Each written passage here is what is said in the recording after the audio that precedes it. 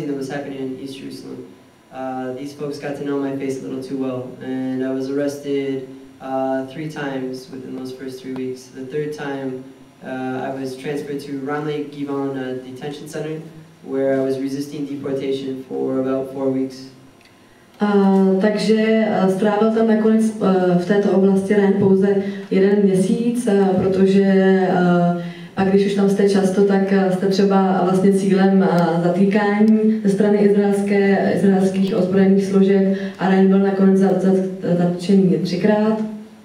A ta posledního zatčení dopadlo tak, že byl vlastně odvezen do věznice Ramle Givan, stejně jako Bridget, mezi Jeruzalémem a Tel Avivem, kde vlastně 4 týdny pobyl ve vězení a vlastně snažil se o to, aby nebyl deportován pryč ze země. The men with whom I shared my cramped cell were mostly immigrant workers looking for a better economic livelihood, or refugees from war-torn countries such as Uganda, Somalia, Eritrea. However, Israel didn't know what to do with these men, so they put them in prison and left them there. Takže vlastně kdo byli ti Ryanovi ostatní jako spoluvězni, často to byli ekonomičtí uprchlíci z některých částí Afriky, kteří jdou do Izraele s vidinou, že se tam vydělají víc peněz, a nebo to byli i uprchlíci vlastně z politických důvodů, taky třeba z Eritreji, ze Sudánu a podobně. A Izrael prostě neví, co s těma lidma dělat, tak je zavře na neurčitou dobu do vězení. One could tell how long these men had been in prison for merely by looking at them. Their minds were starting to degrade because there was a severe lack of any mental stimulation. And there was no way to exercise, no way to really even see the light of the day for about 19 out of 24 hours a day. So their bodies began to break down too. They were unable to walk very well. And some of them had been in there for 6 months, 2 years, 4 years, with no hope of ever knowing when they were going to get out.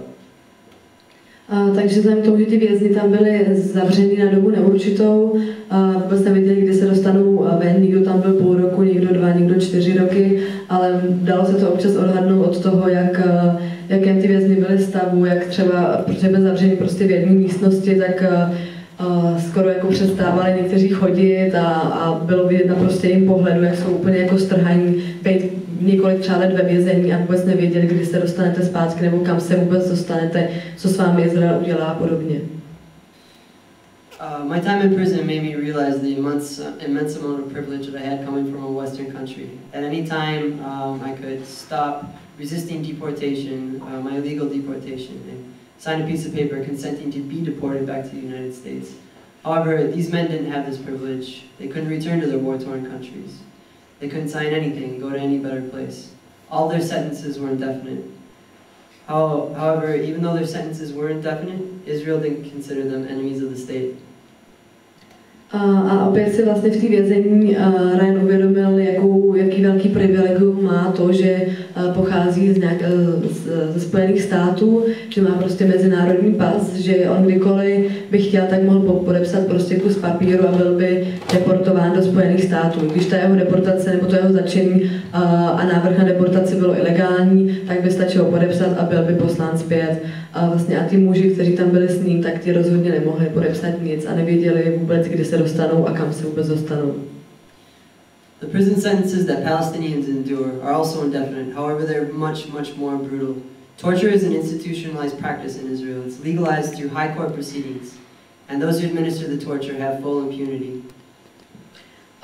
To, co se také děje ještě ve vězení, je, že Izrael má institucionalizovaný a zlegalizovaný týrání jakožto vězeňskou techniku.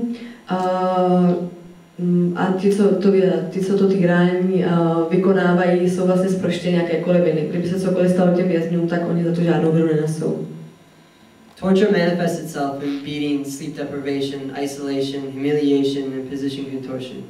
And those who administer the torture are always, people always file complaints against them. There are numerous human rights violations that are happening within these prisons. And despite all of these complaints that come out, no one is ever convicted. But this is unsurprising because the same people who conduct investigations into the misconduct are the same ones who are administering the torture. Takže to týrání má různé variace, jde od jako odpírání spánku po nějaký svazování do nepohodlných pozic, bytí a podobně. Tak často byly vlastně vznešeny nějaké připomínky nebo prostě snažili se lidé z lidskoprávních organizací nebo ti vězni nějak proti tomu vystupovat a říkali, že tam jsou porušovány lidská práva, ale nikdy jim nebylo vyslyšeno, nikdy žádný z těch vykonavatelů tohohle týrání nebyl potrestán. A je to proto, že ti, co toto vlastně týrání vykonávají, jsou i ti, kteří ho jako administrují potom. Takže je tam jasný vlastně spojení zájmů a nikdy nikdo potrestán nebyl. These interrogation periods can last up to 6 months, in which time the detainee does not have to be charged with anything, and they're just simply tortured and trying to get some sort of confession for something, which is usually fallacious. After which time the detainee can be placed into administrative detention. Administrative detention is not retributive. It's not for something that the detainee did in the past. It's preventative. It's for something some crime that the detainee may commit in the future. And the administrative detention period, it lasts up to 6 months, after which time it can be renewed for another 6 months. And this can happen an indefinite number of times. Takže vlastně jak dlouho můžou být lidé takhle zadrženi a týráni, můžou být takhle zadrženi na 6 měsíců, vlastně bez udání důvodu, bez nějakého soudu. Prostě jen tak zadržet a na 6 měsíců zavřít.